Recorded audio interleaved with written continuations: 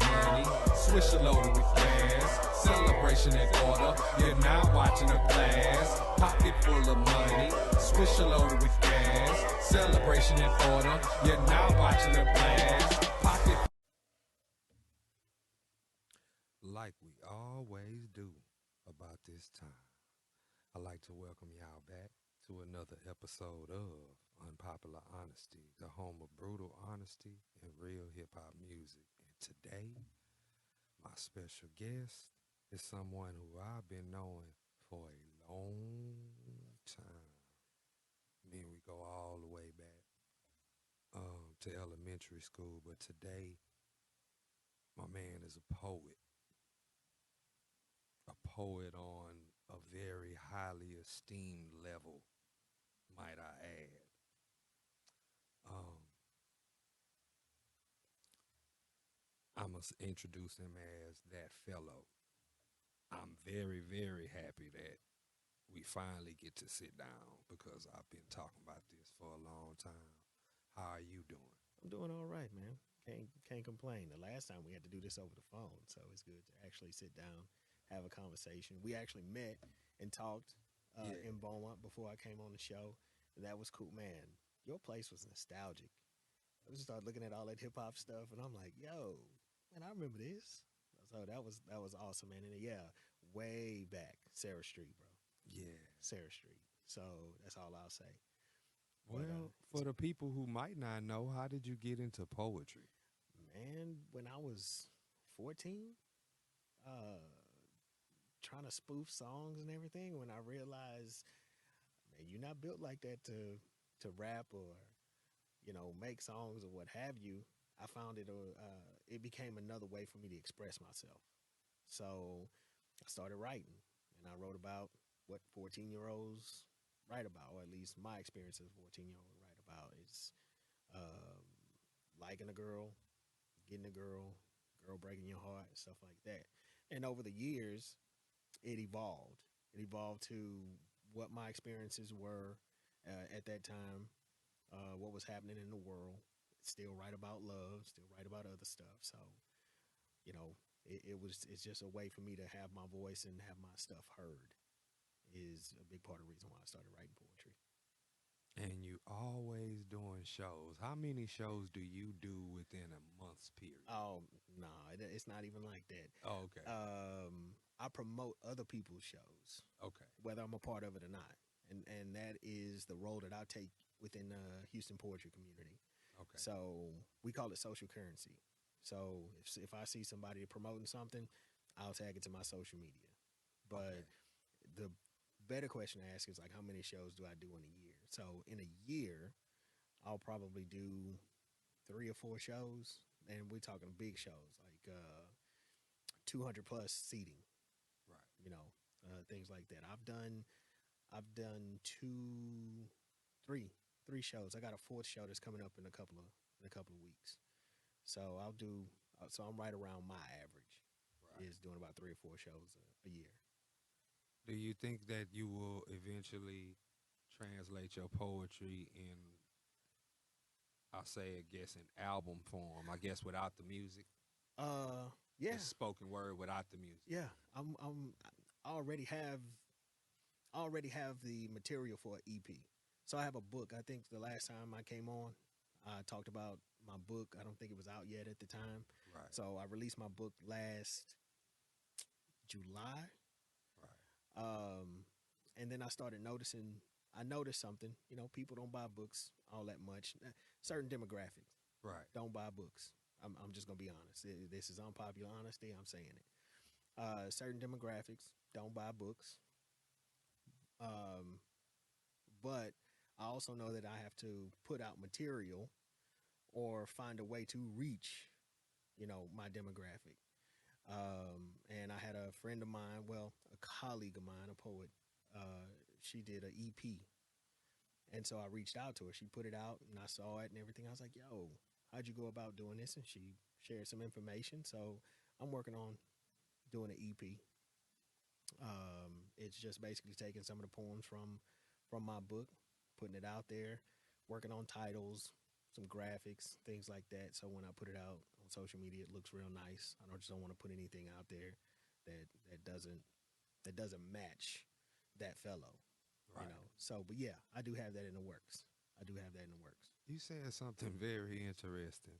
And it's something that I already know, and I think we already had this conversation before. But why do you think that there's a certain demographic that doesn't read books? Because they really should, but they don't.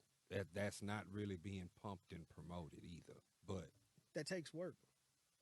It takes work. You talking about decoding and really understanding what somebody is saying. And when you read, your imagination tends to take shape, right, right? And I'm noticing because I'm also an educator by day. Um, the kids or individuals and their imaginations are very, very, very immature at times. Not everybody, but they just don't have that imagination. So I'm gonna use the example of when we were kids and there was no social media, and after the morning cartoons came on, if you were fortunate enough to have cable, you know, after the morning cartoons came on, it was soap operas. Well, we're not gonna sit around and watch soap operas. We go outside and play. And right, if you didn't have a whole bunch of friends, you would dream up friends. You would have made up friends. And right, I'm playing basketball with my made up friends. I'm playing baseball. I'm playing soccer. I'm playing football or whatever your sport was, right? You found a way to entertain yourself, whether it was through sports or something else. You had an imagination. For you to even do what you are doing now, you had to imagine it. You had to see it before you could put it out there. And there's a lot of people that don't like to use that kind of brain power.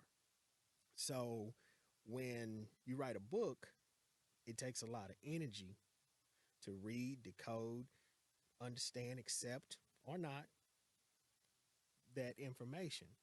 But if somebody is doing it for you, that's less brain power, that's less energy that you're utilizing. Plus, we live in a instant gratification world, right? So if somebody else can do it for me, I don't have to do it. Plain and simple. That's just kind of how I see it. wow. I'm laughing, but it's really not funny. I mean, I sit back and I think the same thing, just watching, paying attention to what's going on, paying attention to what people would consider, uh, I guess, important themes or important topics of the day as Mm-hmm. days progress. And you say, why is this news? Or why is this, what important, better yet, the best question would be, what importance does this have? I tend to ask the question like, so when I'm gonna use the example when Chris Rock slapped Will Smith, Right. right? Okay, he slapped him. Did that need to be news for like 2 weeks? Did it really need to be the news for 2 weeks or more? Did it? That was in the news a little bit more than that, but it Okay. was yeah. So then the question I started asking is, what's happening behind the scenes, whatever that may be? Because when certain now you're getting me to go into my conspiracy theory things here, but when when something happens over here, there's always a distraction. When a distraction happens over here, there's always something else going on the other side. So I say when they say, look at this, and it's over here, I tend to look the other way to see what is it that you're trying to distract me from. What is it that you're trying to, what agenda you trying to push now? Because you're trying to distract me with this thing that's between them two. Yeah, it happened on national television. It was live or what have you. That ain't got nothing to do with me. That's between them two. What y'all trying to do over here? And that happens with a whole bunch of different things because they know if they feed that and they get people all riled up and talking about this and talking about that, they're not going to be focused on other important issues, whatever those issues may be, right? So, education in low socioeconomic communities, um, opportunities afforded to low socioeconomic individuals, Let's not talk about that. Let's talk about this over here that seems to be entertaining or what have Right. you. And to be honest with you, I base a lot of my poetry off of that. It's things like that. Like I have a poem called "Stay Woke," and it just kind of it turns everything that everybody is talking about.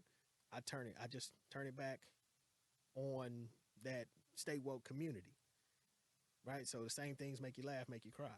So you say stay woke, but if we're gonna be woke, we're gonna be woke about everything, right? So I have a line that talks about, if you remember when we were younger, they would talk about our life expectancy as black men at one point was like 18 years old, Right. right? Then it moved to 25. In my poem, I say 21.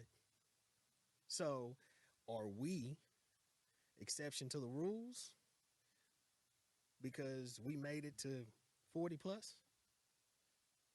Sometimes I feel like, Again, because I've watched a lot of, in my time, I watched a lot of, I was talking to a friend the other day and I say, between you and I both, we've seen, I guess, the comparable amount of deaths to someone who has went to the Vietnam, to the World War II, to the Desert Storm, to the Syria, wherever they had a war at. But we saw it right here on American soil.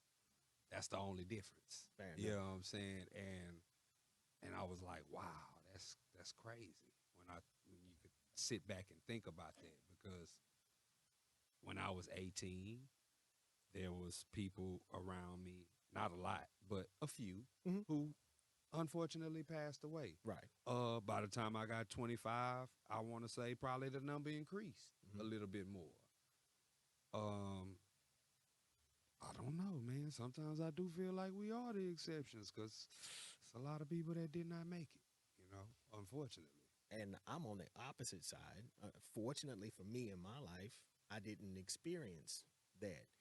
That doesn't make your experience worse or better. It doesn't make my experience worse or better. It's just information, right? It's just information. So when I say, are we an exception to the rule? And then behind that I say, oh, did the rule change?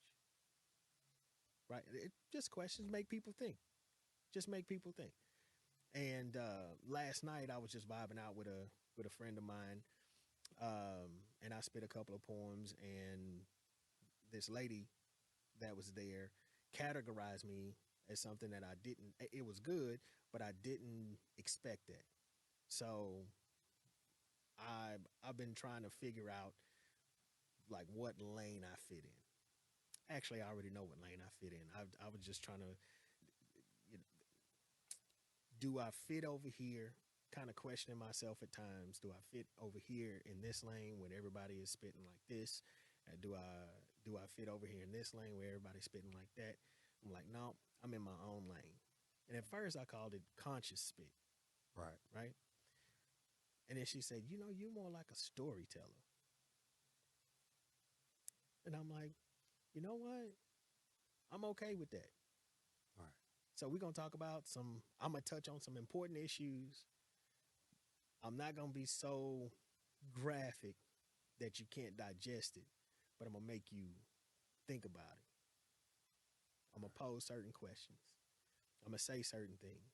Even the poem that I used, or we used, in Live Your Life, Right. it's called Peace, Piace, right? Right.